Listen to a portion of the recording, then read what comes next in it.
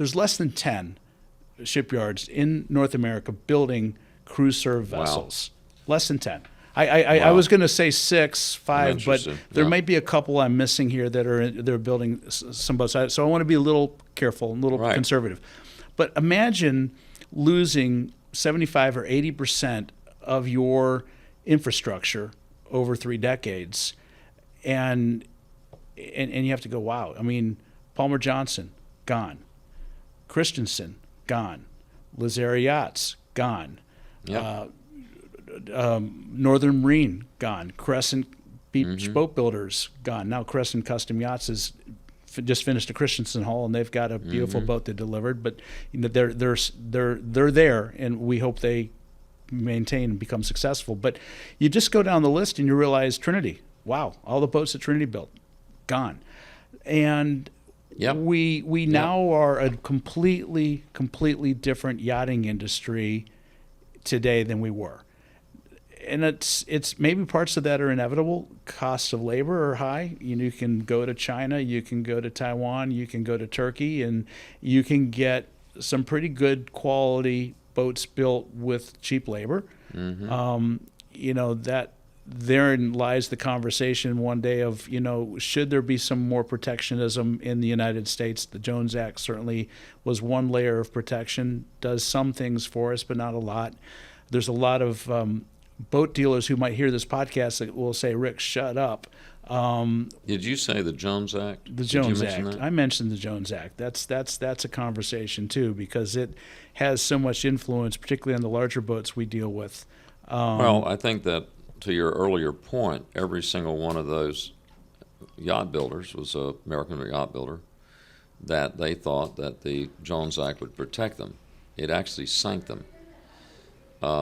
What happens is that, in my view, that's what we're talking. It's my view, because I think people have a very short time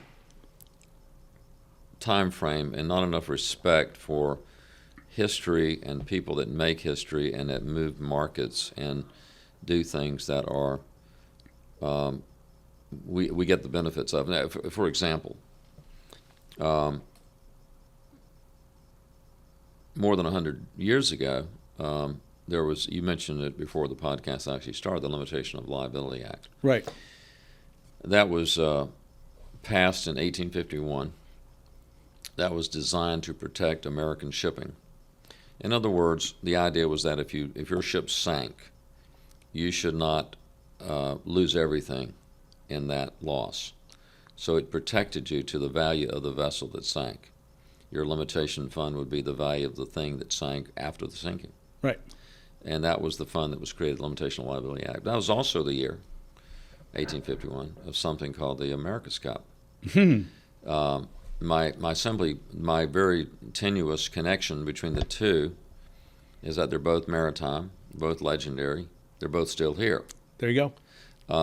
The America's Cup right now is one of the most dynamic, forward-thinking, creative, technologically oriented.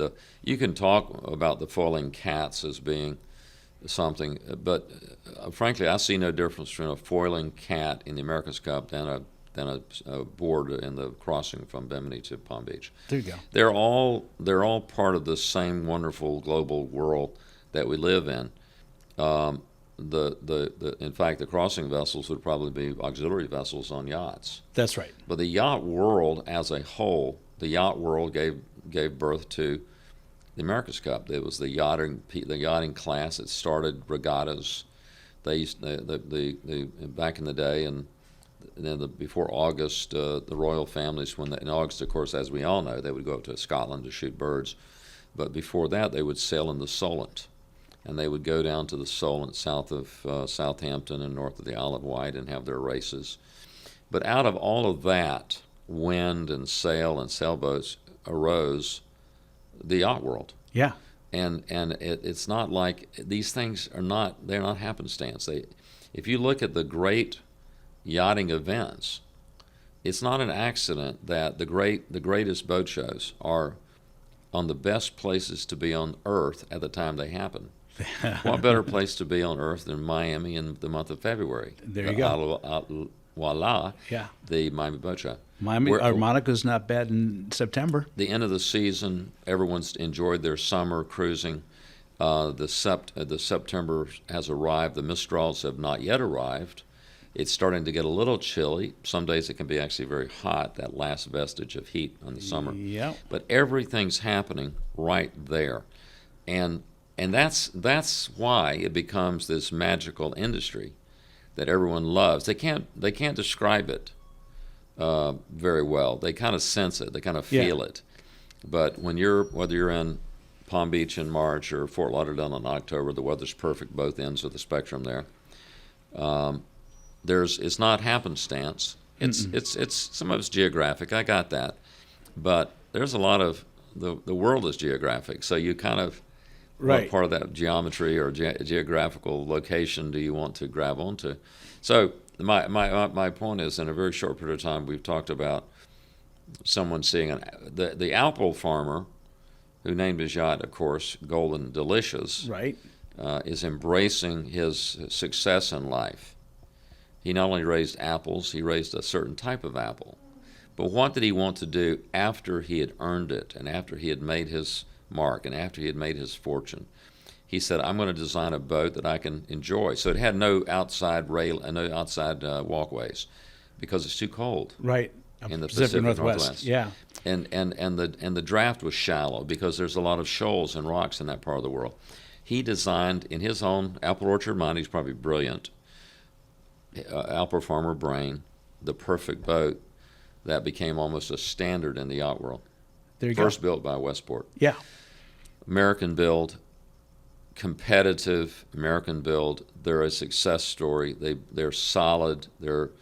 They shoot their lights out. They're 40 meters, what they call their 40 meters, which is the way they describe their built to class yachts. Right. Yep. As opposed to 130 meters, which is kind of their length overall. But all of these things fascinate me because they are part of that mosaic of the world we live in. You're talking about uplifting the North American yacht world. I would probably start by getting rid of the Jones Act. That'd be the first thing I was going to ask you about that. Tillman Fertitta, the great yachtsman from Houston and the owner of a restaurant chain, and think probably other things, and he'll forgive me for not knowing. He built Boardwalk Empire, right? And he's the one that got some exceptions to the Jones Act. Yes, basically because his yachts were bigger than when the people wrote the Jones Act, they couldn't imagine a yacht being that big, and so they wrote it where it would be a ship. Right. And so he had the wealth to actually get exceptions. But they should do away with the Jones Act. It's a complete disaster. It doesn't protect anybody. It runs the business offshore. It does at that. Here's the question: do you want to buy something that costs $100 here, or get the same thing by paying $50 there? It's not often a hard decision. I mean, everybody lives in life in their enlightened self-interest. Yeah. I guarantee you, Westport competes because it's competitive. It meets everything head on. It's not because of the Jones Act. No. It's because of the way they build and the way they run and the way people are. But the largest yacht I know, for example, in California, the Yachtsman was originally built in Italy. Nothing wrong with Italy. Mm-mm. Until someone got in that billionaire's face and said, I want to build you a yacht that will make the one you have look like a second-class citizen. And they've done that, and he's now a loyal customer of Delta. I love it.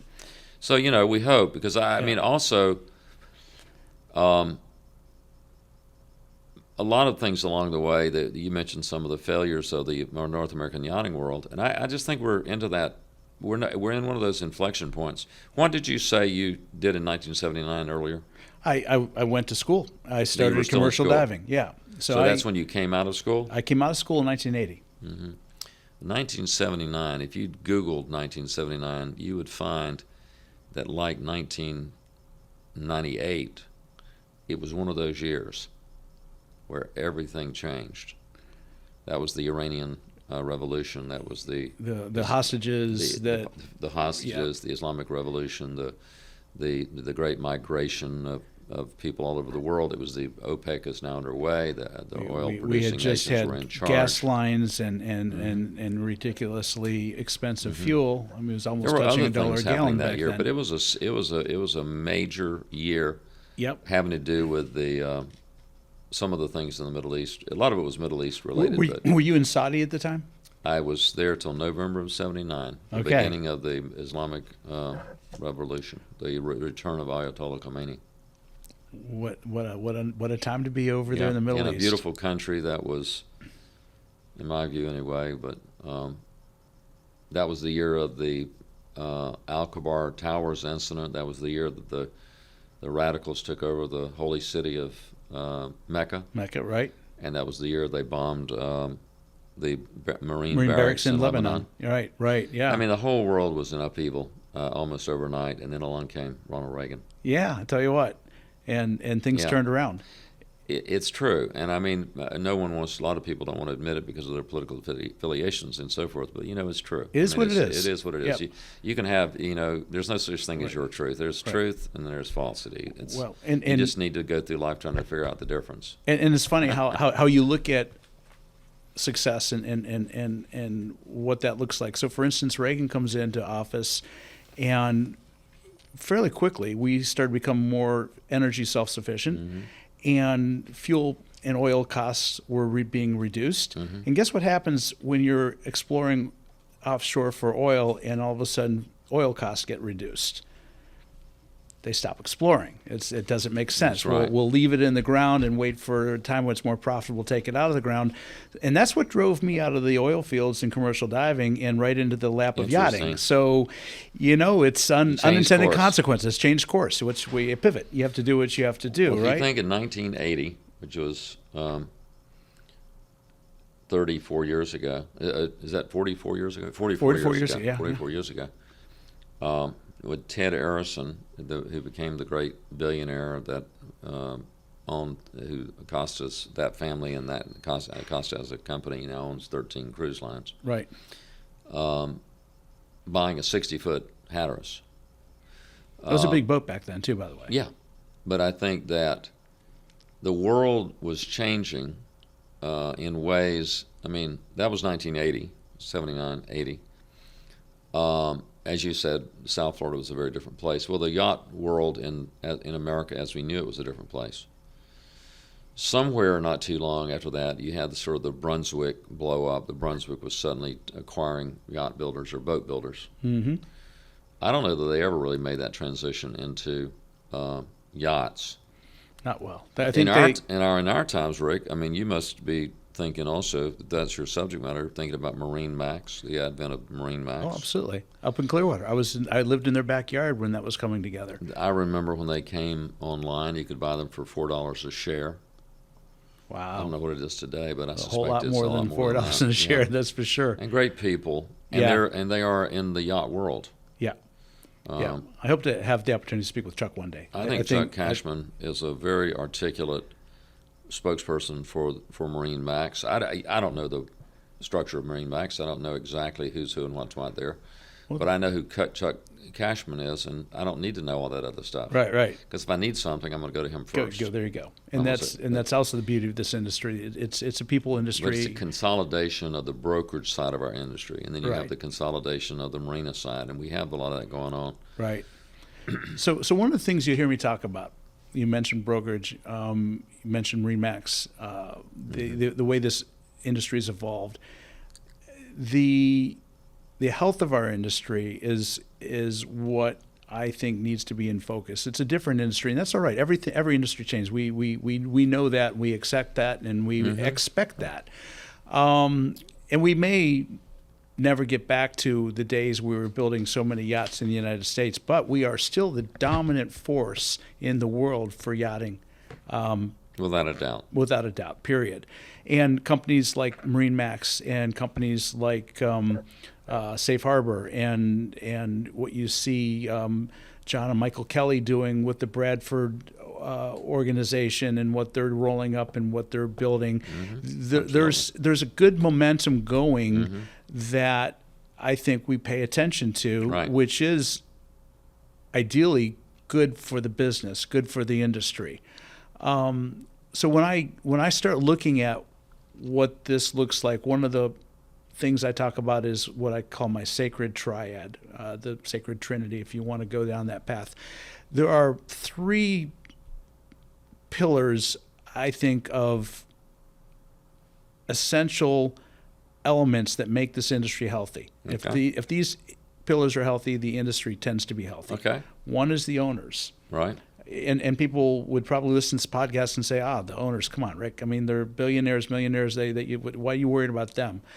It's because there's so few of them, so few high net worth individuals that could afford to buy a boat that actually do. It's a ridiculous small percentage.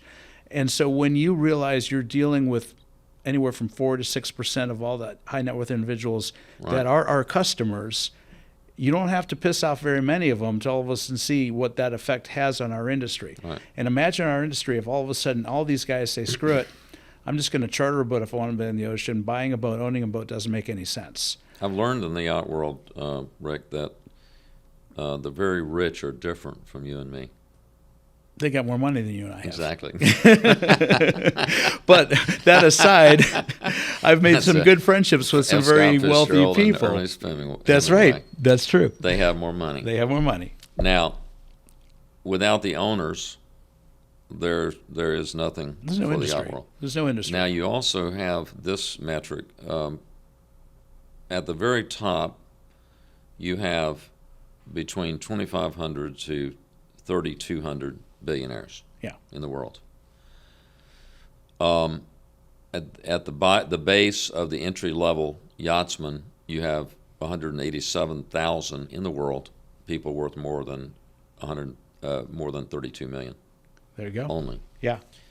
So that's your pyramid, and of course,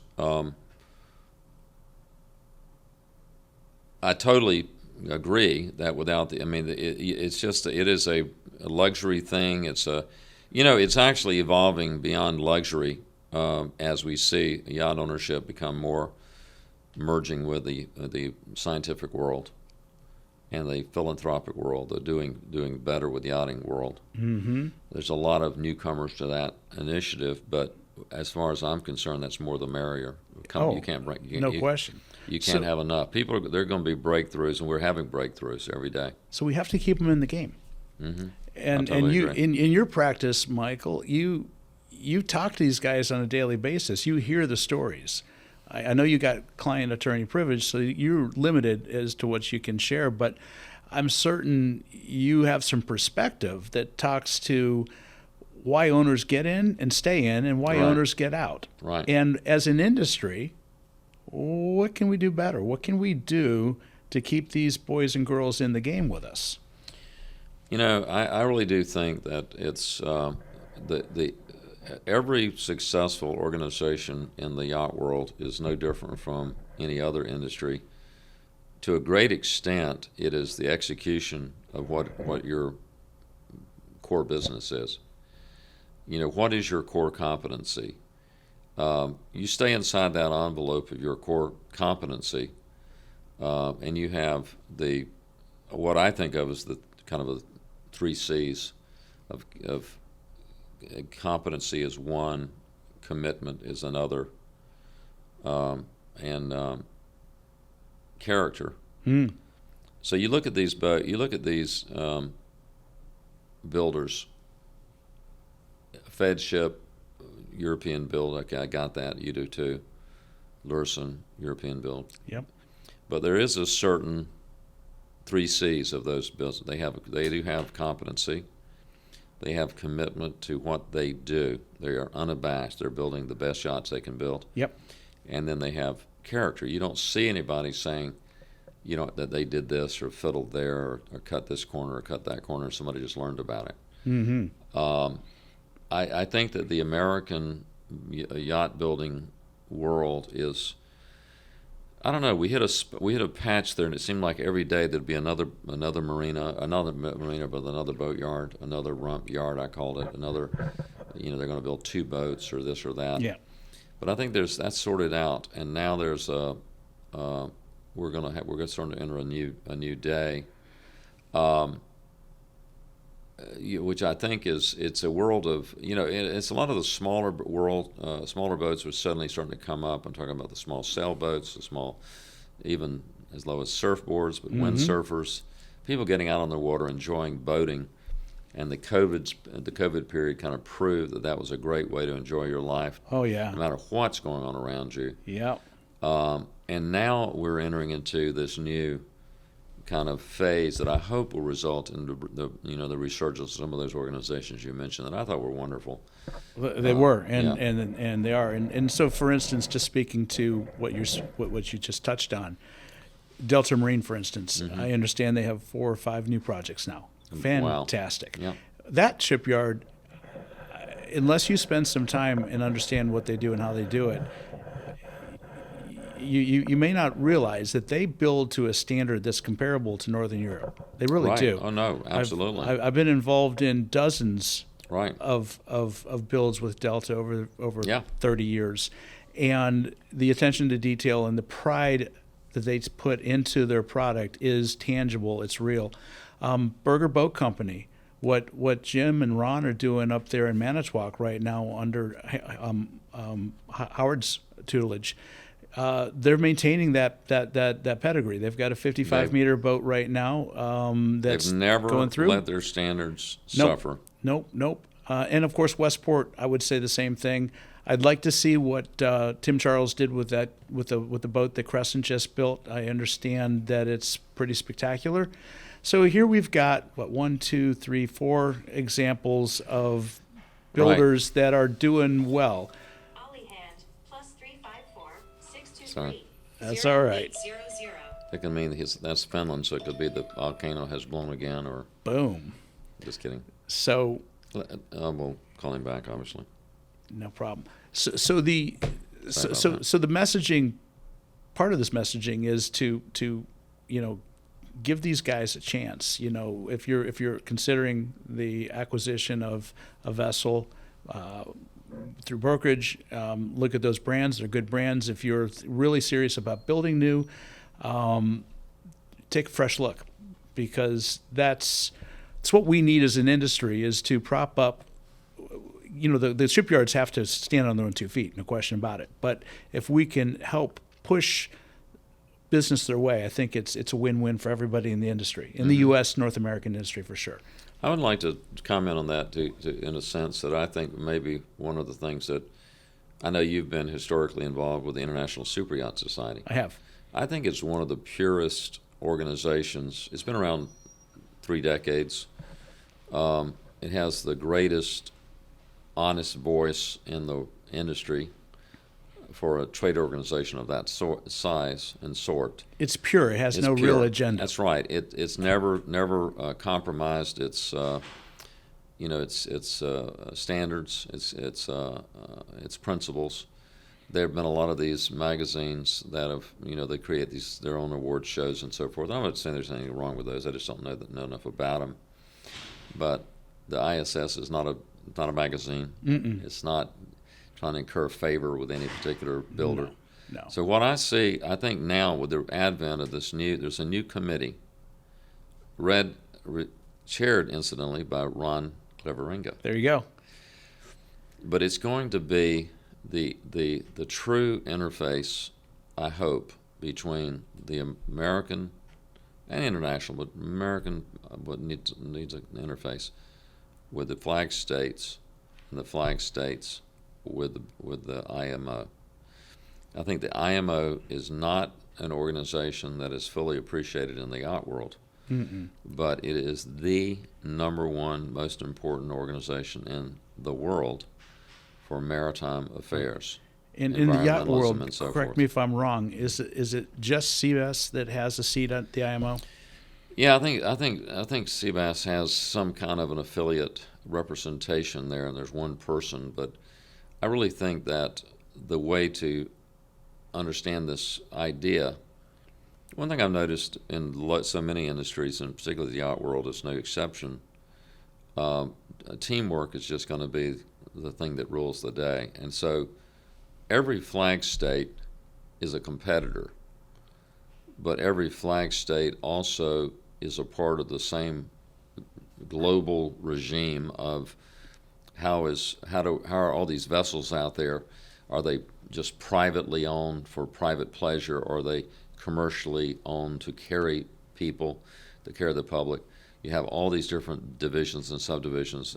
The ultimate expression on passengers would be the cruise industry, and of course you have cargo, which is the way 85% of all commerce is conducted. Is still conducted on the oceans or something. There's a number like that. It's huge. Yep. My point though is that IMO is the body, and they're like most legislative bodies. The Exxon Valdez happens, they pass MARPOL. Right. I don't want to pass this opportunity. You actually litigated with the Exxon Valdez. I did, actually. I did.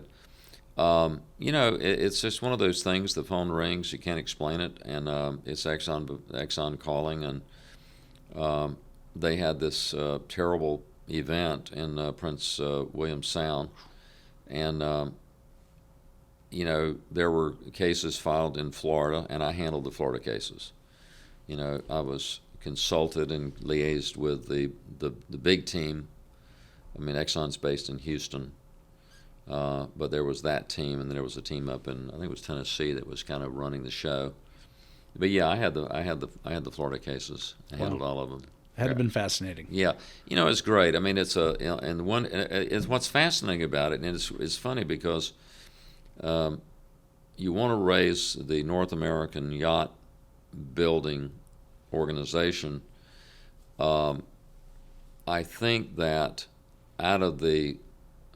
by way of comparison, out of the disasters of the Torrey Canyon, the Argo Merchant, the Amico Cadiz, and ultimately the Exxon Valdez, these are all things that made the world a better place ultimately. These are all led to legislation, the Maritime Oil Pollution Act, the MARPOL Act. MARPOL Act, right. Those things have changed the world. It's made the world waters materially cleaner. The yacht world has its own needs like that. They're currently not being represented. I mean, there's a titular affiliation with one person, but I'm talking about getting the yacht world fully integrated. There's no real strong voice for the yachting industry. Really. And the ISS is the only organization in the world that can actually serve that function. And so this committee has already got a member from Ocean Co. on it, for example. There's some big coming Rasmussen and others. No, that's and again, it's international, and that's right. And there's no getting away from the fact that it's a very international industry we enjoy. Cleveringa is, of course, Burger Boat Company. Love it. But I think we're all on this planet. We're all doing our thing. But the Americans, I mean, I think it's 95% of the boats registered in the Cayman Islands are beneficially owned by Americans. Mm-hmm. Yeah, it's still a dominant. I was in a podcast with Rhea before the holidays, and she asked the question, Fort Lauderdale, Monaco, what's really the yachting capital of the world? Thank you for joining us today on Yachting USA. I hope you found my conversation with Michael Moore as captivating as I did. But guess what? Our adventure on the high seas is far from over. In our next episode, we'll continue our exploration with Michael, delving even deeper into the world of yachting. I'm your host, Rick Thomas, and I can't wait to see you on deck for part 3. Until then, fair winds and smooth sailing.